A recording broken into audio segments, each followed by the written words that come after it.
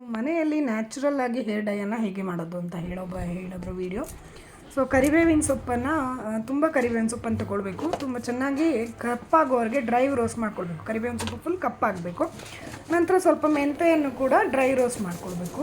ಅದು ಕೂಡ ಕಪ್ಪಾಗಬೇಕು ಮೆಂತೆ. ಹಾಗೆಯೇ ಕಲೋಂಜಿ ಸೀಡ್ಸ್ ಅಂತ ಹೇಳ್ತಾರೆ, ಕರಿಯ ಜೀರಿಗೆ, ಅದನ್ನು ಕೂಡ ತುಂಬ ಹೊತ್ತು ಬೇಡ, ಒಂದು 10 ಸೆಕೆಂಡ್ಗಳ ಕಾಲ ಚೆನ್ನಾಗಿ ರೋಸ್ಟ್ ಮಾಡಿಕೊಂಡು ಈ ಮೂರನ್ನು ಮಿಕ್ಸಿಗೆ ಹಾಕಿ ಪುಡಿ ಮಾಡಿಕೊಳ್ಬೇಕು. ಸೊ ಪುಡಿ ಆದ ನಂತರ ಅದಕ್ಕೆ ಇಂಡಿಗೋ ಪೌಡರ್ ಮತ್ತು ಆಮ್ಲ ಪೌಡರನ್ನು ಮಿಕ್ಸ್ ಮಾಡಿ ನೀವು ತಲೆಗೆ ಹಚ್ಚುವಂಥ ಹೆನ್ನದ ಜೊತೆ ಮಿಕ್ಸ್ ಮಾಡಿಕೊಂಡು ತಲೆಗೆ ಹಚ್ಕೊಂಡ್ರೆ ಆಯಿತು. ಹೆನ್ನವನ್ನು ಸ್ವಲ್ಪ ಯೂಸ್ ಮಾಡಿ, ಈ ಪುಡಿಯನ್ನು ಜಾಸ್ತಿ ಯೂಸ್ ಮಾಡಿ. ಸೊ ಇದು ನ್ಯಾಚುರಲ್ ಡೈ ಆಗಿ ಕೆಲಸ ಮಾಡುತ್ತೆ.